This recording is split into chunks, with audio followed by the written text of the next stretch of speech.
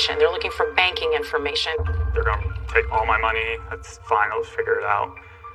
And obviously I was wrong about that. He's being asked questions, and at some point the intruder realizes they've got the wrong person. The intruder says, "We have a problem." And he says to Aaron, "Do Denise and your ex-fiance look alike?" And he knew your ex-girlfriend's name. Yeah, I just let out this like guttural sigh. I was like, yes, they both have long blonde hair. And he said, "We got the wrong intel." They're not there for Denise and Aaron. They're there for Aaron and his ex-fiance.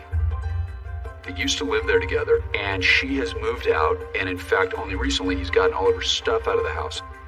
He said, "We have to figure out what we're going to do," and walks out. Part of me had hoped if this is the wrong person, maybe they'll just leave. Deep down, you knew that they weren't going to leave. Yeah. And then the next time he came in, he said, "This is what we're going to do. We're going to take you for 48 hours. Aaron's going to have to complete some tasks." It's never a good outcome when you're taken to a second location. No. I thought that it was probably the beginning of the end of my life, and I could only imagine what was in store for me. I eventually moved down to the couch. He right away is told that there's a camera on the wall that will be watching his every move. There are tape markings on the ground setting up a perimeter that he can't leave. He puts duct tape around my ankles. He asked me if I'm comfortable. And I was shivering. I asked for a blanket. And he goes, "Oh, I'm sorry. I didn't realize how cold it is because we're wearing wetsuits." Wetsuits. That is a brilliant thing for a criminal to do, because you're not going to leave any trace. The intruder explains to him that they're going to communicate with him via text and email, specifically to an email account that they've set up. Tells me I need to stay there till the morning. I have to call in sick to work, and they had given me Denise's passcode to her phone. I need to text her boss and tell him that she had a family emergency, was going to be gone for the week. I would need to go to the bank, get the money that they requested. I would have to keep my phone line open. They're going to have a camera to monitor me. If I try to communicate, they would hurt Denise. If I went to the police, they would kill her. And they would give me further instructions in the morning. Denise is then being taken away. She doesn't know where she's going, and she's scared. He lifts her up. He puts her in Aaron's trunk. I knew I just needed to stay focused and calm. Then Aaron's... I was afraid that was going to be like the last time I was going to see her. I used the corner of the couch to push the goggles off, and there was a digital clock, and it was exactly 5 a.m. So Aaron's desperately trying to keep his eyes open, but the sedative is really making him tired. I was just going to say I'd pass out, and then my alarm went off, and I called in sick. I was able to wiggle my hands free, and I texted our manager, and then I was trying to stay awake, and I just passed out again. I didn't wake up till 11:30. And when I looked around, there was my house with red tape around the borders, defining where I should be, where the camera can see me. Shortly after, emails and texts start coming in from the intruders, giving Aaron instructions. They tell me they want 2 payments of $8,500 to avoid the $10,000 federal reporting limit. He starts messaging the intruders, and he hears nothing. My mind's racing. It's like 20 minutes, about 30 minutes, and I finally calm myself. I start trying to think, and I realize if I give them the money, they could just take me and kill both of us. So I can't trust people who do this.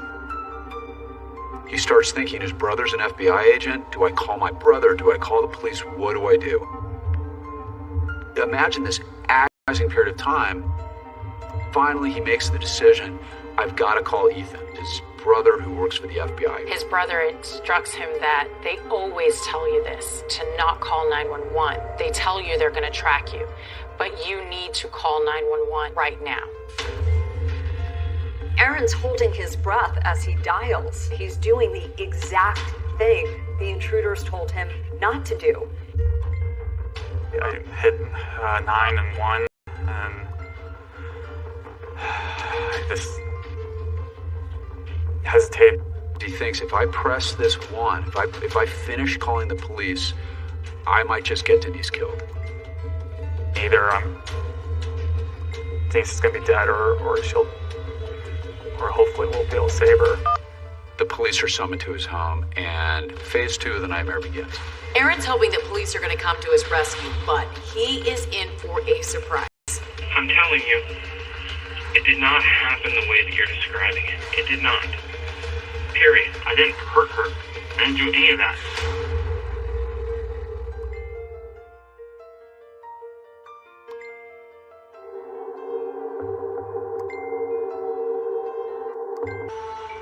By the time Aaron calls police shortly before 2 p.m., it's nearly 9 hours since Denise has been taken. After I hit 911, it was all or nothing. I open the door and there's 2 officers, and one of the first questions they asked, "Are you on drugs?" I said yes, the kidnappers drugged me. They come in and the first thing they do is rip that camera off the wall that he believes the intruders are watching him on. I just kind of gasped, like, what are you doing? From the police perspective, what they're confronted with is a man who said that his girlfriend was kidnapped in the middle of the night. There is a crazy story about this home invasion. They notice there's a clean scent in the home, as though the carpets have been recently vacuumed. When they get to Aaron's bedroom, they notice there's a very small amount of blood on the bedsheet. We have a comforter that's missing. Aaron is in possession of Denise's phone, which he used to text her employer. Aaron's car is missing, and they know that he's waited a substantial period of time before dialing 911. They see all the components of what you might expect to see objectively in a domestic violence murder. Eventually those officers seemed to soften a little bit, and they told me they were going to take me to the station to give a statement. My name's Marianne Quinn. I am Aaron Quinn's mother. My other son, Ethan, had sent us a text, so I called Ethan. He said, Denise has been kidnapped, and Aaron's at the police station. And I was shocked. And I said, well, we're coming down. When I first went to the police station, they take DNA samples and they tell me that they have to take my clothes. So I go, that's fine, take it. They hand me a pair of pants and a shirt. And I look down at these pants and it says Solano County Prison on it. And I realized it's prison clothes. You're now in the police station, talking to police, telling them your story. They were asking fairly open-ended questions. I acknowledge, I'm like, this sounds like it's a movie. I know it sounds bizarre. We're talking about swim goggles blacked out with tape, headphones giving instructions, intruders that are in full-body wetsuits. I mean, when do you hear about things like this? They told me the area I needed to stay in my house, said that there was going to be video recording to monitor and make sure that I don't contact anyone. Detective Matt Mustard basically glazes over the incident at the house and starts asking about our relationship. I then talked to my ex and tension in the relationship. Is she mad? She's concerned because she's cheating. No, well, she felt that emotionally that was cheating in some sense. He starts asking questions about Denise, you guys were having problems, and the tone starts to change. I mean, did she discover something? Well, was she going through your phone and what the hell is this? She went through my phone. What'd she find? Some text messages. What did it say? That me saying I still cared. I wanted to work things through with her. Aaron admits that they've had tension in their relationship, so you can sort of understand why police might be a little bit suspicious. They also are going to look at him as a suspect because he is the closest person and the last person to have seen Denise alive. At what point do you realize that you're in trouble, in big trouble? I don't know, about 45 minutes in, he leans back in his chair and he tells me, I don't think you're being truthful. I don't think anybody came into your house. The story you're telling here, I ain't buying it all. You gotta think about how this is all gonna play out. I don't have anything to think about. I'm telling you what. Okay, listen to me. There ain't no fraud frogmen came into your house. Nobody dressed in wetsuits or... It didn't happen. Remember, if Aaron's story is true, Denise has been kidnapped, so every minute that ticks by, she's in incredible danger.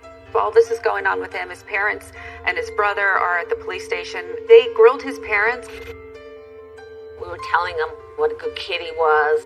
They kept asking, has he ever gotten angry? Has he done drugs? As a teenager, he was easy. He was the quarterback for the high school.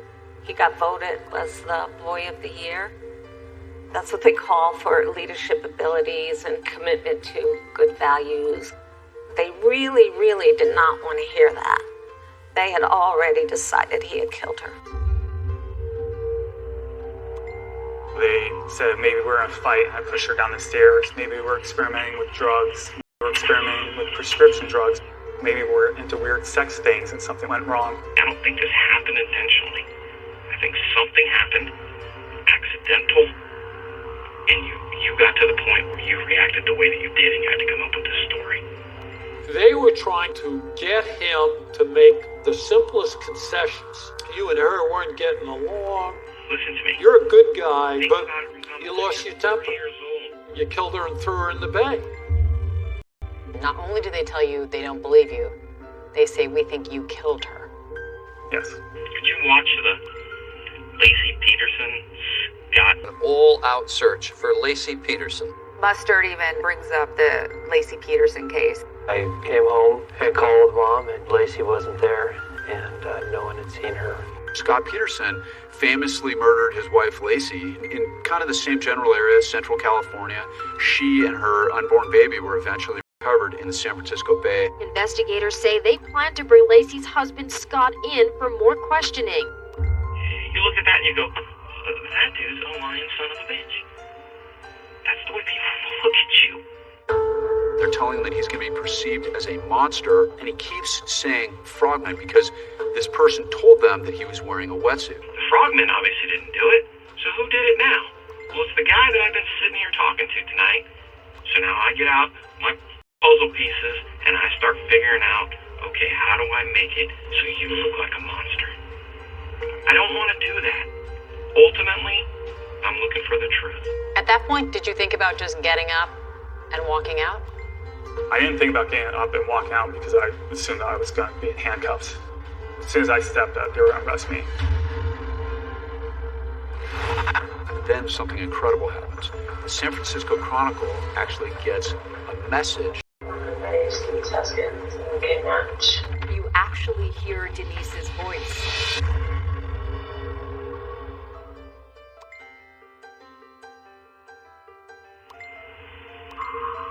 Aaron Quinn has just had the worst night of his life. His 29-year-old girlfriend, Denise Huskins, has just been kidnapped for ransom.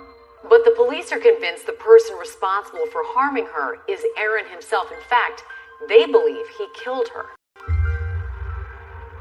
When they believe that Denise essentially has been murdered, the police notify her parents and tell them that she's missing. The detective told me to expect the worst. And I said, wow. So, of course, I was shaken. He did not have one nice thing to say about Aaron. He thought everything that was coming out of his mouth was a lie. You want me to go tell her family that she's dead? Because that's what I'm prepared to do. I'm going to go tell them that I'm not looking for alive Denise. I'm looking for dead Denise. It did feel like I am some character in this crime drama. I'm like in a movie. I'm living a nightmare right now. There's blood in your house. There's blood? Yeah. Okay. I knew there was an old stain on my sheet. I'd washed those sheets multiple times. It was just a small stain that I wasn't able to get out. Little did I know a quarter-sized blood stain was going to mean that I was a murderer. Because this is a kidnapping, the FBI is involved. You took a polygraph. I think if I wasn't so sleep deprived, I would have said no, because I know they're nonsense. He keeps cooperating because he wants their help in finding Denise. All right, Aaron, there's no question in my mind that you failed this test. And you failed it miserably. It's not even close. At this point, Aaron, who has not had sleep, has this officer that is now barraging him with questions. Tell us what happened to her. Let's get her family closure. I did not do anything. Okay. I did. I'm pretty sure maybe you didn't. Maybe you didn't do anything. Maybe something happened to her that you didn't plan. I don't know. You tell me. But it can't start with 3 guys showing up at the house taking her away. That's not what happened. You know where she is. I don't know where she is. At one point, I actually started doubting my own sanity. And I thought maybe I did have a schizophrenic breakdown. I want you guys to find her. I don't know where she is. He's run out of road. He's exhausted. He's traumatized. And he thinks that he's going to get arrested for murder. Finally, he says, look, there's nothing more I can tell you, and I guess I need a lawyer. What's that? I guess I need a lawyer. We're done.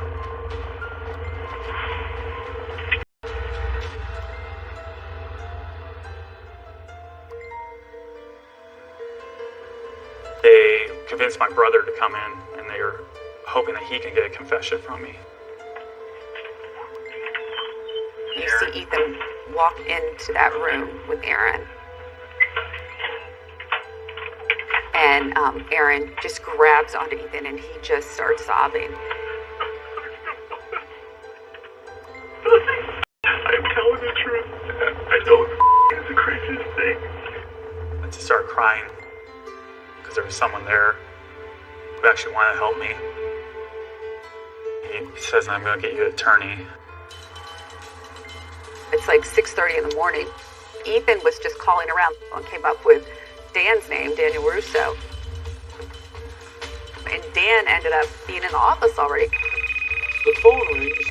I pick it up. He said, my name is Ethan Quinn. My brother's being held by the Vallejo police. He needs a lawyer right away. I said, okay, I'll put my suit on.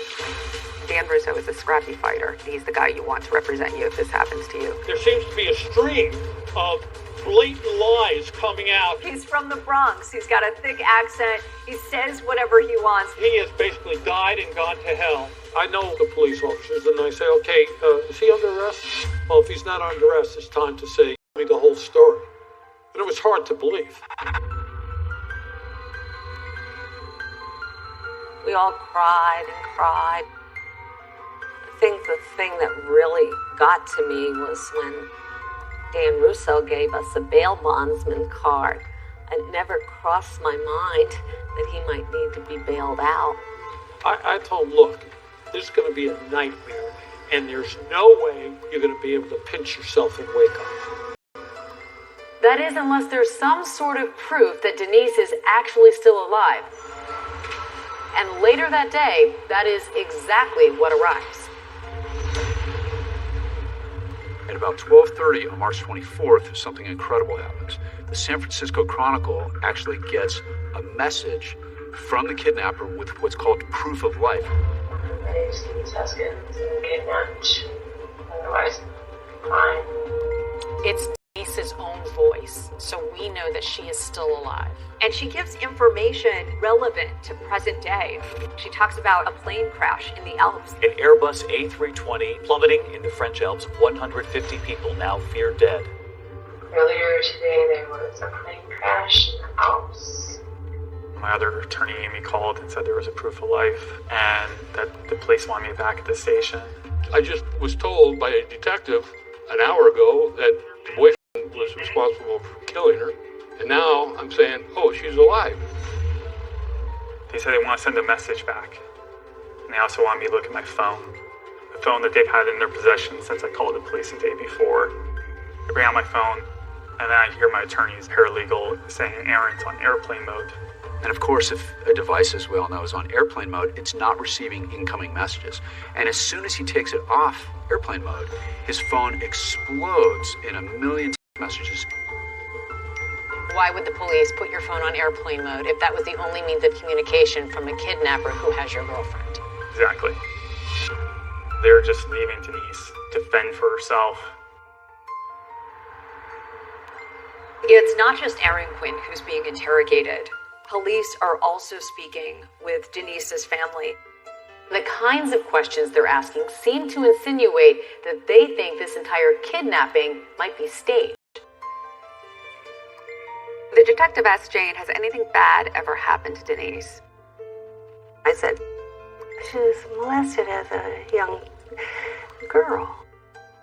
We were camping, the others had fallen asleep, and this adult kept after Denise.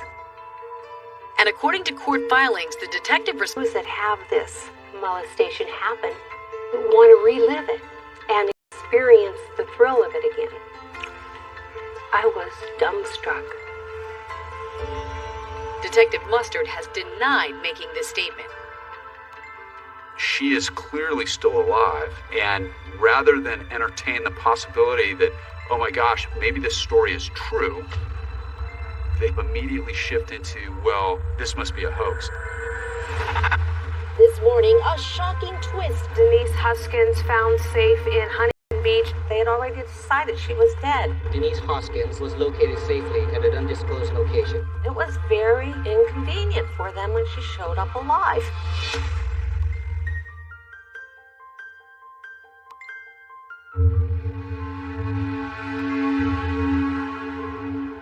Desperate search for a California woman. Denise Huskins vanished from her boyfriend's home on Mare Island yesterday. Kidnapped for ransom in the middle of the night. Miss Huskins' whereabouts are unknown, and we are treating this matter as a kidnap for ransom. Police have no suspects. A 29-year-old woman being abducted from her boyfriend's home in the middle of the night doesn't happen. People were terrified. It just gives me the chills just thinking about it. Sometimes life is stranger than fiction. This was, of course, going to be a huge story. Don't hurt her.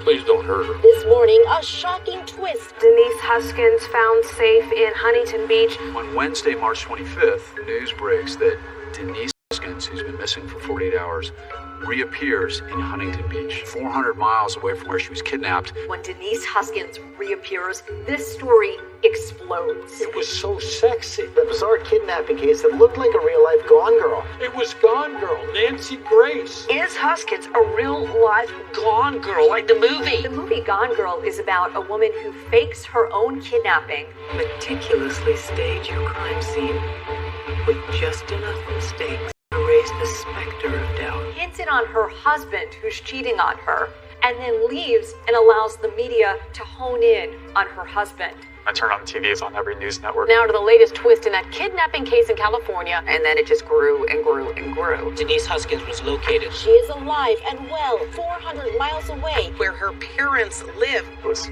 everywhere. I couldn't believe she was alive. I mean, this is a bizarre case. The mystery continues. And that mystery has now become the subject of a book. It's called Victim F. Her kidnapper decides that there's too many police in Vallejo. He can't take her back to Vallejo. So he takes her to Huntington Beach where her family lives. Stops the car. He lets me out. He had put tape over my eyes and given me sunglasses. And that they're going to be monitoring her. When did you realize that you were safe? I heard him drive off. I slowly counted to 10. I peeled the tape off my eyes and I was by myself in this alley. I grabbed my bags and I started walking and I looked at the corner street name and I saw Utica, which is the street that I grew up on. I thought, oh my God. She realizes that she's within walking distance of her mother's house in Huntington Beach. You know, it's a street I've walked down hundreds of times in my life. As I'm stumbling, still sedated, just walking down the street, all I wanted to do was to hug my mom and dad and finally feel safe. She goes to her mother's house, but no one's there. She sees someone working on the home and she asks to borrow a cell phone. She first calls her dad and he doesn't pick up and she leaves a voicemail. I heard the voicemail and then I went into a panic. Denise's parents were both hours away up in Vallejo, unable to get to her. She was walking over to my house, which was a mile away, about a 10, 15-minute walk. I'm thinking, okay, I've got about 5 minutes to get a hold of Huntington Beach police. I get to his house, I knock on the door, nothing. And then his neighbor says, "Can I help you?" And I said, "I'm looking for my dad." Denise goes to the neighbor's home and asks to use the restroom. When I came out, there were already 2 officers from Huntington Beach Police Department and said, are you Denise Huskins? There's actually a recording of the conversation that they had with Denise. Where did they drop you off here? Down Utica. They see a woman who's wearing sunglasses who appears to be very calm, and her actual overnight bag is with her. So I noticed you have obviously your purse and your jacket. How did you get that stuff? They brought it with me. They knew that it was my stuff. She tells them the same crazy story that Aaron had told the police in Vallejo. Denise tells them everything from waking up at 3 a.m. to the white flashing lights, the kidnapping and put in the trunk. She tells them everything she can think of.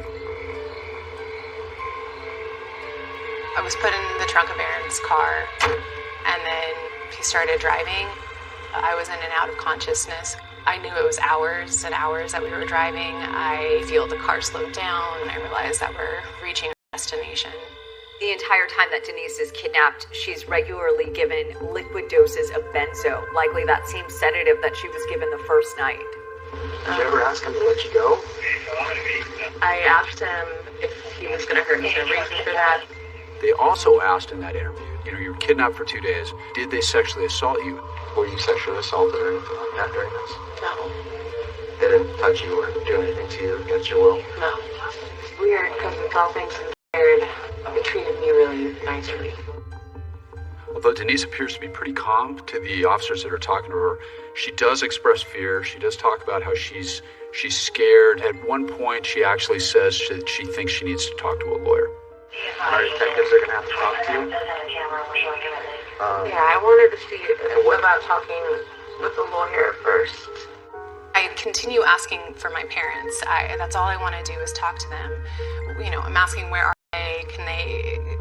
I just really want to speak to them. And then finally, my cousin comes in. Hi. Oh, seeing someone that I know and love come in finally, I could finally take a deep breath. Okay, give you a couple minutes.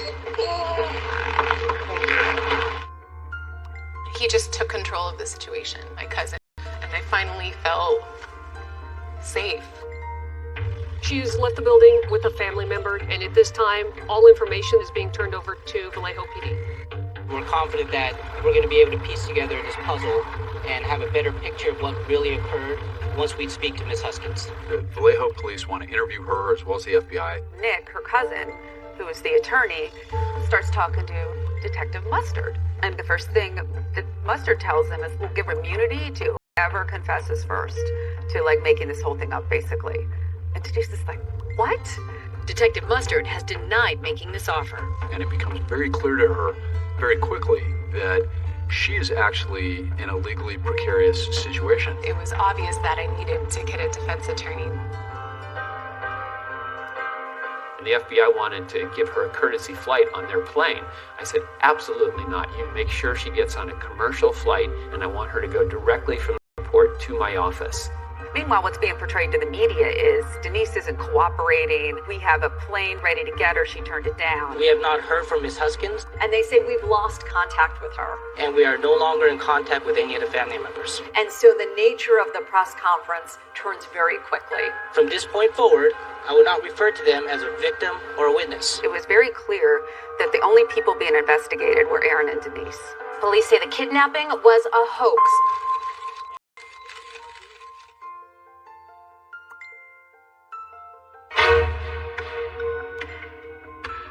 I was mentally, every moment, every ounce of energy is about how do I live to see another second. The story's so incredible, Vallejo police didn't believe it. This morning, a shocking twist. Denise Huskins found safe in Huntington Beach. The whole premise of it is that the two of them were lying and that this kidnapping never happened. He said, oh, she just wants to be another Gone Girl. She read the book, saw the movie. The last thing that you're thinking about is, if I do survive, I need to make sure that I'm believable. I had gone from a murder to committing a hoax. It was very clear that the only people being investigated were Aaron and Denise. Picking up the pieces of our life, one by one, all the while being in a constant state that the kidnappers are out there, and knowing that people think that you're liars.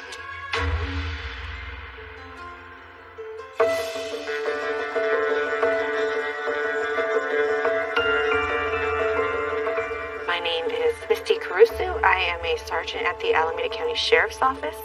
Before I became a detective, I was obsessed with watching 2020. Tonight on 2020. I like watching how the detectives work and how they solve the crimes. It was always so intriguing to me. In March of 2015, I remember hearing about this Gone Girl case. Kidnapped for ransom. Found safe this morning, and still the same questions remain. And then I had seen Vallejo PD press conference. The same day that Denise is released, Lieutenant Kenny Park with the Vallejo Police Department had an extraordinary press conference.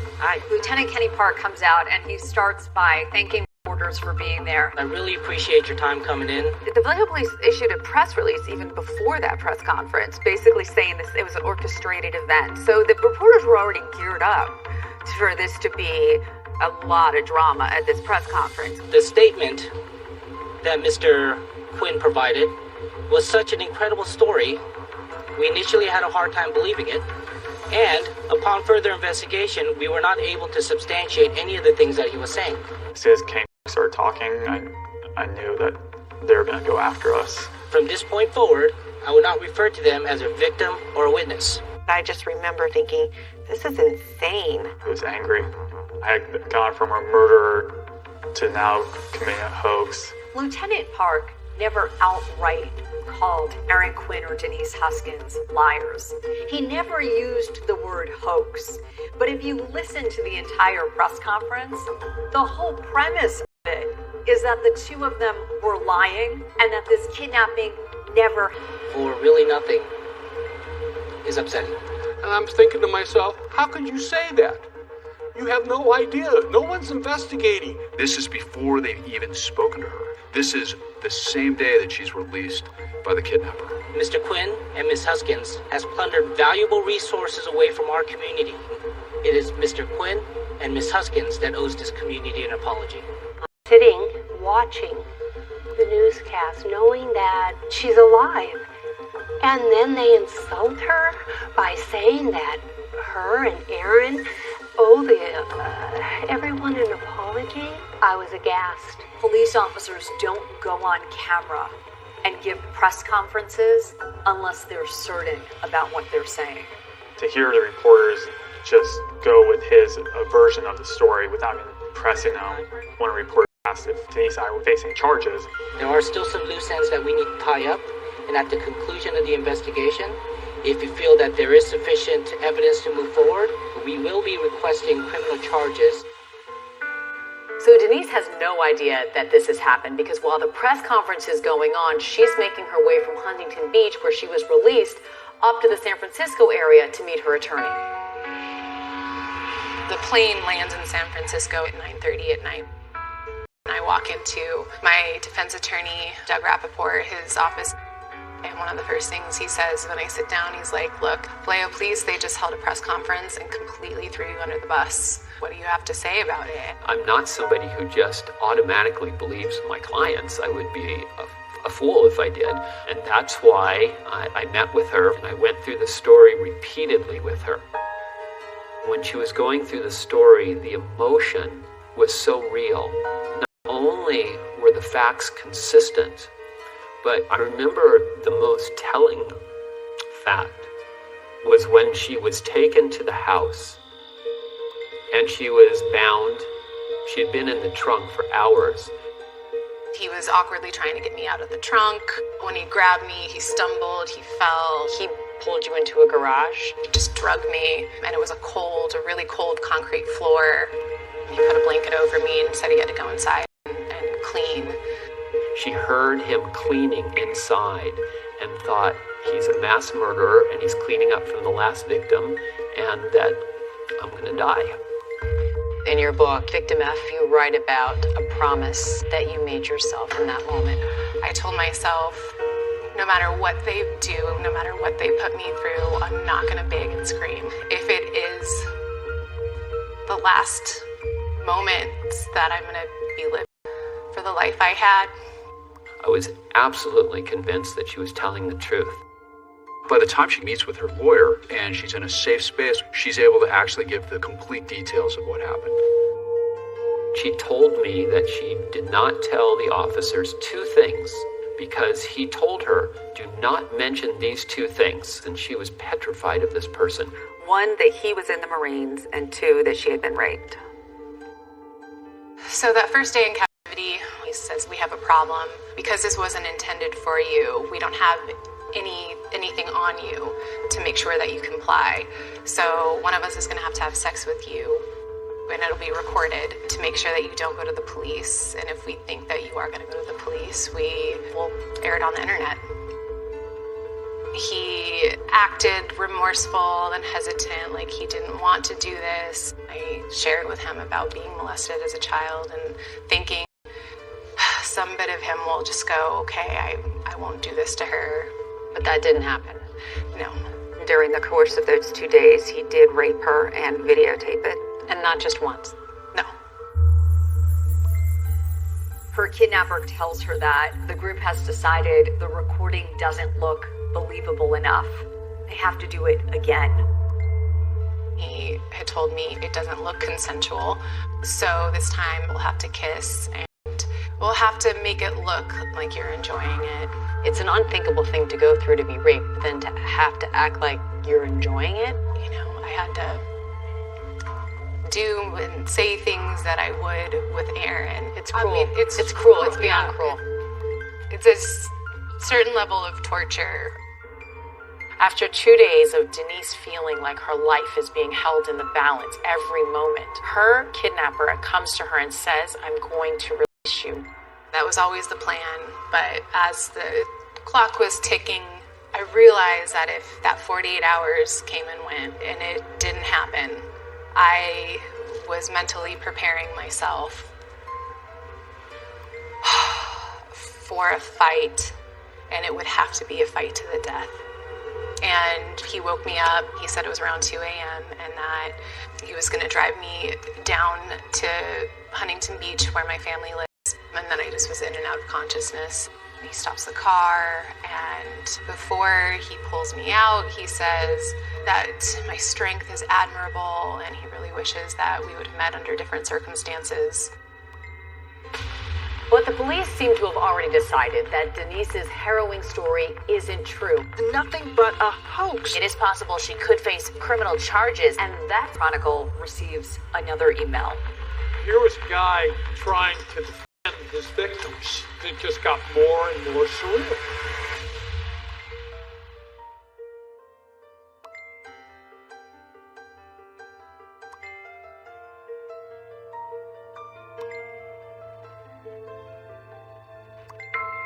Is there any evidence that makes you know conclusively that this was all a hoax? Our investigation has concluded that none of the claims has been substantiated. And I could go one step further to say this, that this was not a random act, and that the members of our community are safe, and that they have nothing to fear. Police say the kidnapping was a hoax. An orchestrated hoax, according to officials. Denise Huskins, purported orchestrator of this possible kidnapping hoax. You can't fathom that a police would be this aggressive with nothing to back it up. For a minute, I thought maybe Denise made it up. Maybe because of how I hurt Denise in the past. Maybe he was trying to get back at me. The fact that I even thought for a moment that Denise made this up was it's something I'll carry with me till the day I die.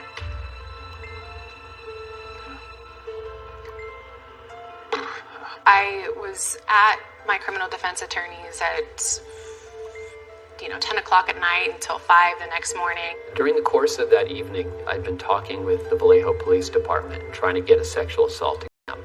They said, we need to speak to her first. We'll talk to her tomorrow, and then we'll determine whether or not we'll set up that exam.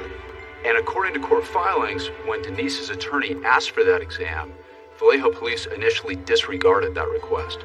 Said, we have evidence that's going to dissipate. You're going to lose your DNA. You're going to lose, fibers. And they said, well, the most callous thing I think I've ever heard somebody say from law enforcement, they said, well, just have her sleep in her clothes and don't take a shower and we'll talk about it in the morning.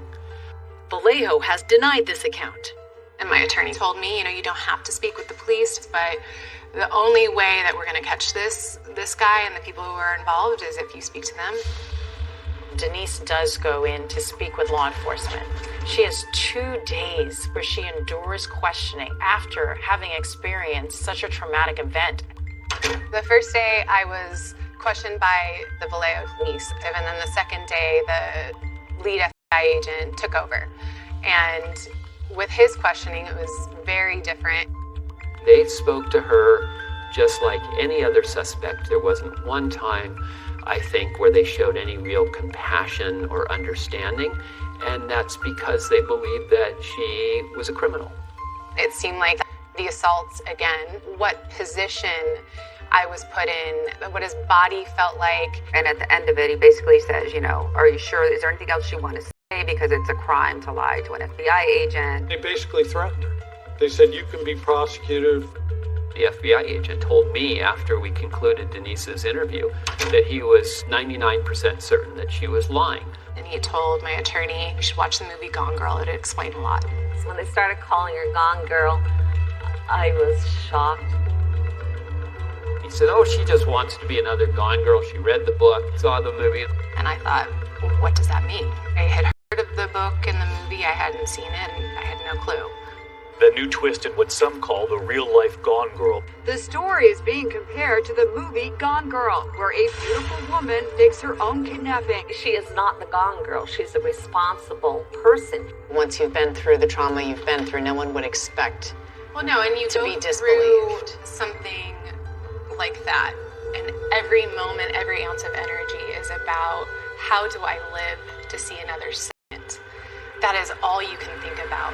The last thing that you're thinking about is, if I do survive, I need to make sure that I'm believable. On Thursday, March 26th, the San Francisco Chronicle receives another email, and it is filled with details about the kidnapping. The author of the email writes, "It isn't a hoax. They're not lying." They'd seen the headlines apparently where Denise and Aaron are being blamed and saying that they made the whole thing up, and they're basically like, no, telling the truth because we did it. The kidnapper, the guy who invaded their home and raped her, was offended that the Vallejo Police Department would say it was all a hoax. Just got more and more surreal.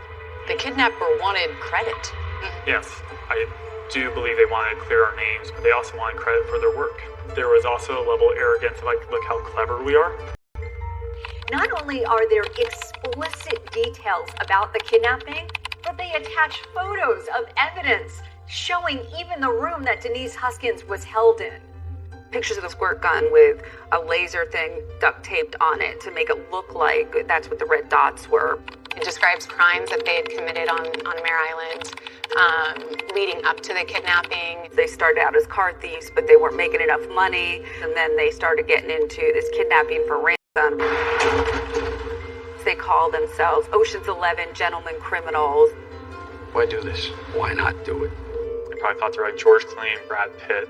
Moreover, the emails came to the Chronicle while let law enforcement think, aha, there may be something else going on here.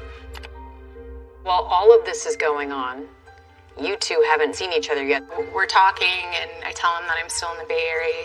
We made a plan to have him come, and so we could see each other. I was just sick with anticipation, wondering what he thinks of me. Is there any bit of him that thinks that I'm this horrible liar who would do something like this to him? I just wanted to see her. I just wanted to hold her. I just wanted to tell her I was sorry. And I was really afraid that she wouldn't want to see me, that she would just want to wipe her hands clean. And in captivity, I kept picturing him. I kept just visualizing what that feeling must be like to finally feel safe in his arms again. And so when he knocked on that door and I open it, oh God, I mean, we just embraced and like we're just crying and holding each other. I knew our lives had changed forever and that we were gonna go through a lot more struggles, but like we're together and we can. At least you had each other. Yeah, at least we had each other now.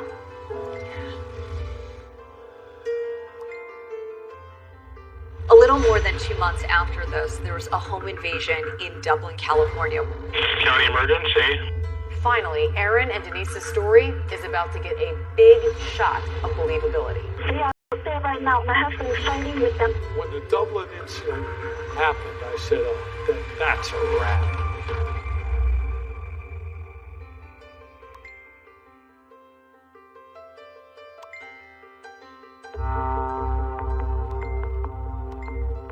As the weeks pass, with no breaks in their case, Denise and Aaron find themselves the prime suspects in their own home invasion and abduction.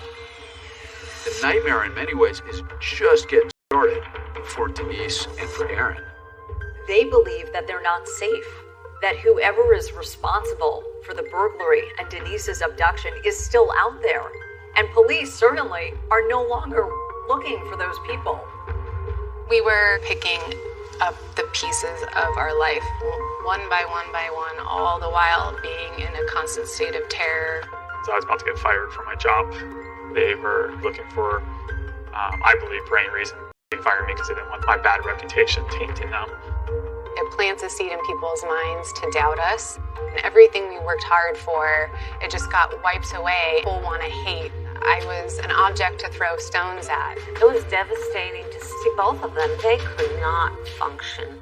Were you concerned that you were going to be arrested and charged? Yeah, I mean, that was the plan. We were preparing for a defense.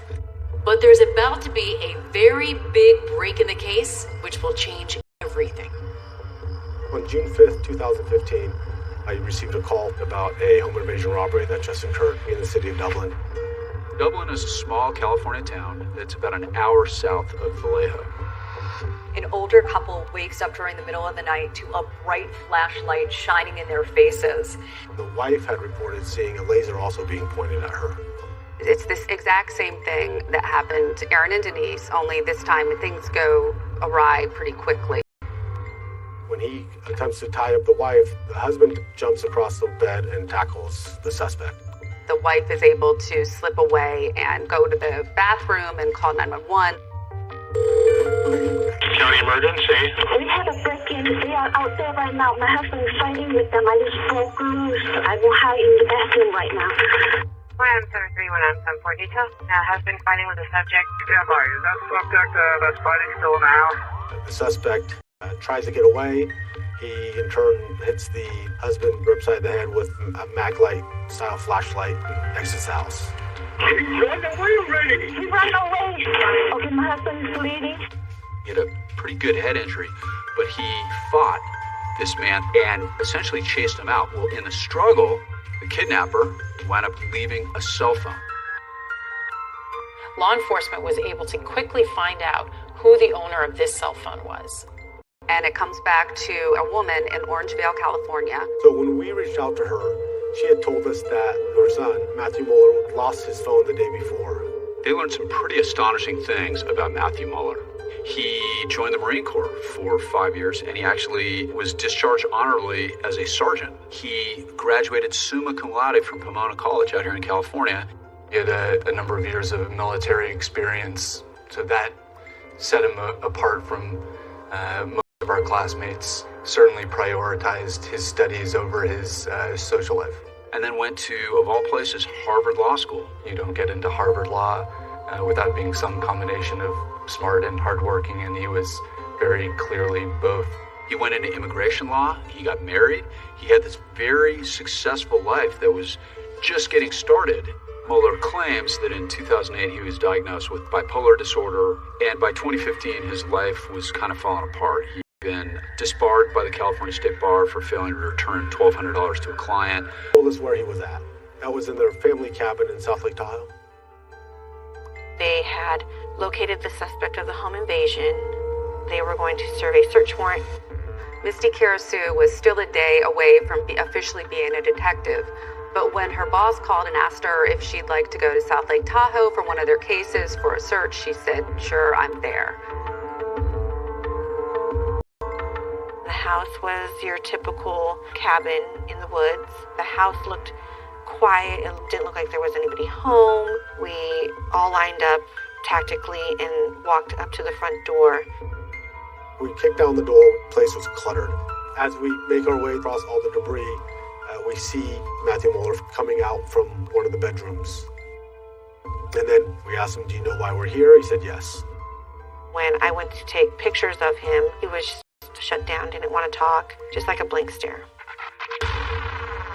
They start doing a search of the house, and Misty, from the minute she walked in, she was just getting a very creepy feeling about the place. There were a lot of ski masks.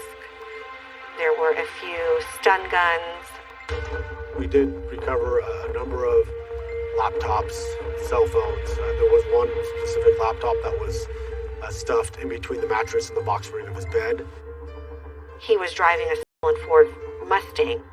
We opened the trunk, and there was a large green bag that had a blow-up doll in it. It was kind of stuffed in there, but it had very rigid wires that allowed it to be erect on its own. It had zip ties, duct tape, or a number of replica squirt guns. One of them had specifically just your typical pen-style laser pointer that was duct taped to it. There were several swim goggles that were duct taped black. One in particular had a blonde hair strand attached to the duct tape. The Dublin home invasion, none of them had blonde hair. She knew something isn't right. She knows that something bad happened to someone, but she doesn't know who. This can't be the first time this person's done this, and she's going to find out what else Matthew Muller has done.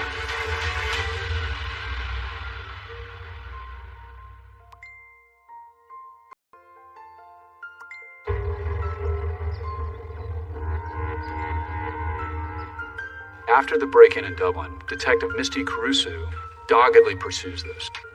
At that point, there was enough evidence tying him to their crime. She could have stopped right there, and nobody would have faulted her for it because they had this case closed. But she just couldn't get it out of her head that this had happened to someone else. Looking back at all the evidence, there was just no denying that this wasn't his first time committing. She puts Matthew Muller's name into the police database, and he comes back as having been a person of interest in a string of unsolved crimes in nearby cities. There were 2 incidents from 2009 in the neighboring cities of Palo Alto and Mountain View where Muller was listed as a person of interest. In both cases, a man broke in the middle of the night, bound the female victims, covered their eyes, and threatened to rape them. We believed at the time that those 2 cases may be linked and may have been committed by the same suspect. They just hadn't been able to charge him. There was also the recovered stolen Mustang. And Misty tracks down the owner of the white Mustang. And it turns out he's a college student who lived on Mare Island. He mentioned that there was a kidnapping that had occurred at the same time that his vehicle was stolen. A kidnapping case that was labeled a hoax by Vallejo PD. And it caught my interest. I Googled the Vallejo kidnapping case, and all of the Gone Girl stuff came up. Police are investigating whether those kidnappers were, well, imaginary. And I saw the Vallejo PD lieutenant in his press conference. It is Mr. Quinn and Miss Huskins that owes this community an apology. It all came back to me, and I thought, this is beyond crazy.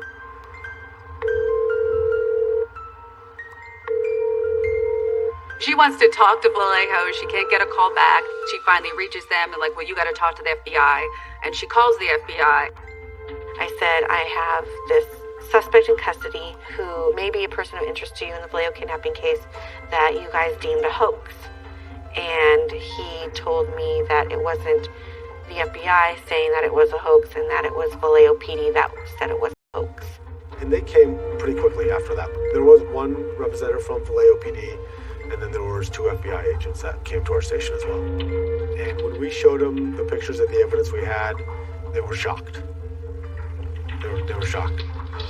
Lo and behold, all of these details that Aaron and Denise had told them had happened are now being corroborated. And it turns out it's not so bizarre that, this is in fact what happened. So 3 months later, you get a call from your attorney that investigators want to talk to you again? Yes. And they tell me that they think they caught the guy. Did they tell you his name? No. They told me very little detail. They said they had found my computer at the place. They had found a goggle with long blonde hair. I just realized, like, our whole lives can change. When they found the Mustang and the laptop, so cliched, but that's what it really felt like. They had executed a search warrant on the residence that we found out was in Lake Tahoe, which made sense because Denise said she was in the car, held in the trunk for a couple hours while they were driving there. Everything looked exactly as Denise had described it. She said, Daddy, the kidnapper's been found. And they found evidence that connects them to the kidnapping. And I said, what? Like, what did they find? They found his car. They had GPS on it. We had to identify where the car had been. And later, we find, after we're doing research into the Vallejo case, one address in particular was East Utica Avenue in Huntington, the exact area where Denise was dropped off. The news breaks immediately, and it's headlines all over the world. Major break in a strange kidnapping case in California. Well, this case may have finally come together. How did this case take yet another surprising turn? Good afternoon, everyone. Today is a fabulous day. We held a press conference, and I said, we're expecting full apologies. We're hoping that Vallejo PD steps up to the plate. It was really joyful to go out there and trumpet his innocence. I remember they were squeezing each other's hands so tightly throughout the entire press conference. Dan Russo and Doug Rappaport are taking turns back and forth, just pummeling the Vallejo Police Department. Had you asked some very important basic questions, which Vallejo Police Department, it just completely went over their head. I mean, there were just so many factors that they could have looked to determine that, geez, maybe that Denise and Aaron are telling the truth. But no, they were so stuck in supporting their snap judgment. At that press conference, I knew that I was not going to look down. I was going to try to look every reporter in the eye so they could see me too. I'm not just a picture. I'm not just a name. She wanted them to know without words that she wasn't a liar. Here I am. This really happened to me. They're absolutely 100% positively, unequivocally, not just not guilty, but innocent. That moment was vindication, to a certain degree bittersweet. They were now coming out the other side.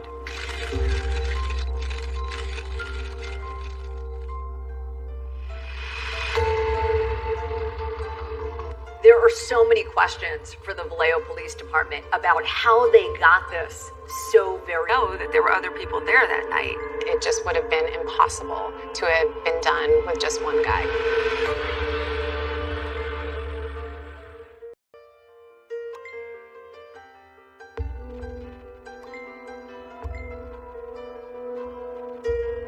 Matthew Mueller was charged in federal court in Sacramento, California, with the kidnapping for ransom of Denise Huskins. What he wasn't charged with were the sexual assaults. The reason being is that there was no jurisdiction in federal court for those crimes. There's still part of me that wants him to tell us what really happened. I think there's more to it.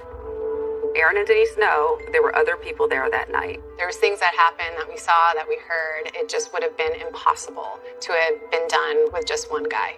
There's other people out there. That's something that we've had to live with, and somehow make peace with that. When the indictment is unsealed, we never see Lieutenant Kenny Park on camera again. He's still working as PIO for the Vallejo Police Department. They serve up Captain John Whitney to answer reporters' questions. My ABC News colleague, Cecilia Vega, was there among the reporters grilling Captain Whitney. So does the department still stand by the statements that it made so publicly 4 months ago that this was a hoax that wasted valuable city resources? Yes, we're also continuing to investigate it. Does the Vallejo Police Department owe this couple an apology? We're going to evaluate that when the investigation is complete. are so many questions for the Vallejo Police Department. If they had been investigating what Aaron was telling them, if they had looked at his phone and made sure that it wasn't on airplane mode, maybe they could have gotten to Denise sooner. The kidnappers did call Aaron's phone 3 times around 8:30 that Monday night, right before Mustard was going to interrogate Aaron. He voluntarily gave him his phone, and they put it on airplane mode, even though he told him the kidnapper is going to call me on this phone. You never cut off lines of communication to a perpetrator, ever. Every communication that came in and out of that phone should have been tracked. They actually did have the evidence that could have led them, if not to rescue me, at least afterwards, to go to his exact location. Maybe they could have prevented what happened to the couple in Dublin, California.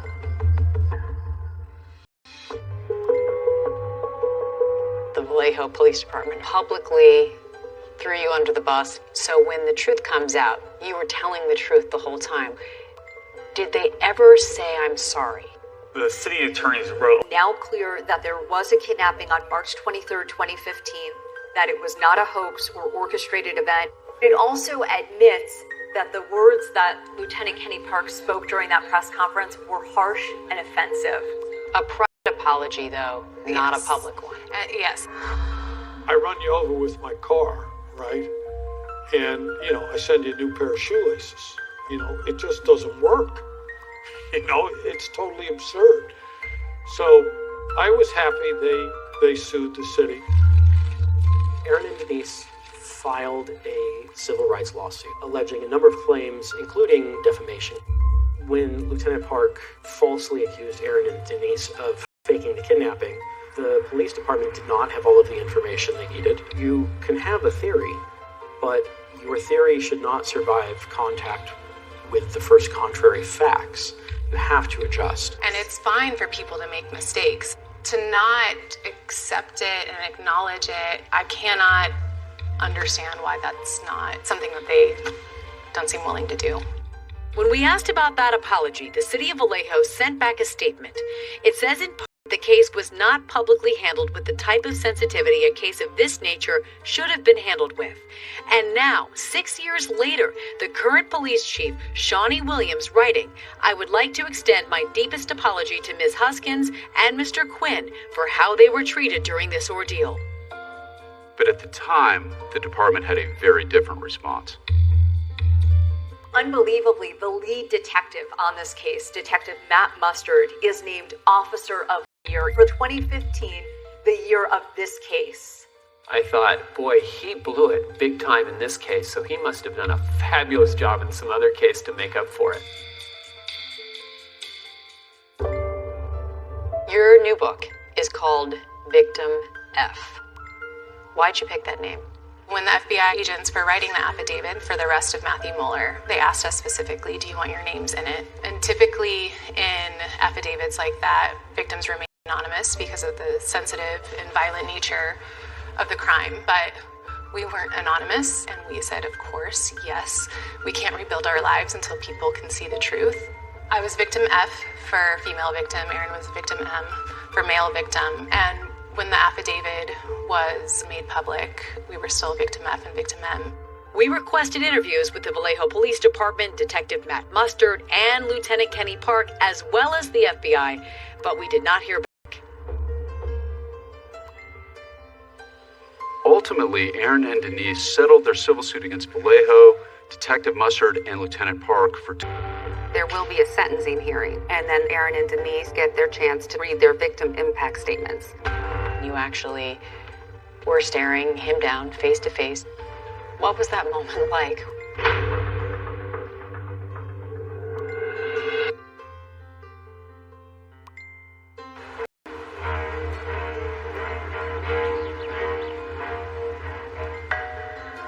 On March 16th, 2017, almost exactly 2 years after their harrowing experience, Denise and Aaron come face to face with Matthew Mueller at his sentencing hearing.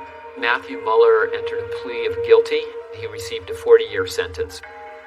Denise got up to give her victim impact statement. Denise Huskins was so brave. She said to the judge, Your Honor, for healing purposes, I'm going to address Matthew Mueller directly. You actually were staring him down face to face. Yeah, I mean, for those days in captivity, I was blindfolded. I never saw his face, never looked me in the eye, and I was going to make sure that he was going to. Now we meet face to face, eye to eye. I am Denise Huskins, the woman behind the blindfold. I'm not Victim F, the real-life Gone Girl, a hoaxer, just a body to take, a random life. No, I am none of those things. I am Denise Huskins. After this all happened, many people, my friends and family members said, well, are they going to stick together? Have they broken up? I go, they're never going to break up. No one's going to understand what they went through except each other. Tell me what your wedding day was like. Our wedding was just a perfect day. Everyone who had supported us over the last few years were there. All our attorneys were there. And including the detective who linked him to our case, Misty Caruso. It was beautiful. The impact that I had made to these people I didn't even know is a very overwhelming emotional feeling. You just never know how you're going to impact people based off of the things that you do. I was the officiant at their wedding. It was a tremendous honor to be asked. The sun was shining, glistening off the ocean. Everybody was happy. I'm not a big wedding guy. I don't like to show emotion, other than anger. I'm very good at showing anger. But it was a very emotional thing. It's a lot of laughters and a lot of tears. Dierks Bentley Riser was our first song. It's very much about overcoming tragedy and rising like a phoenix rising from the ashes.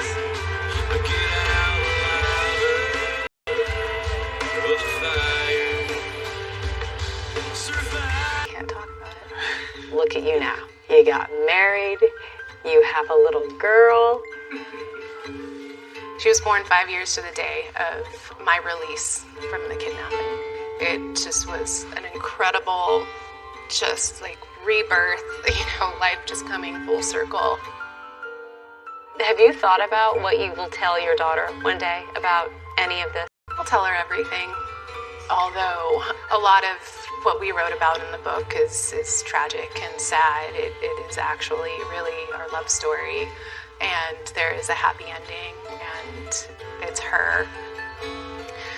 One thing especially that I'd want her to know, Aaron and I went through a lot of therapy afterwards, but it's still, I still felt like there was a little something missing, like I just wasn't quite the same, and wondering maybe, will I ever really feel whole and complete again?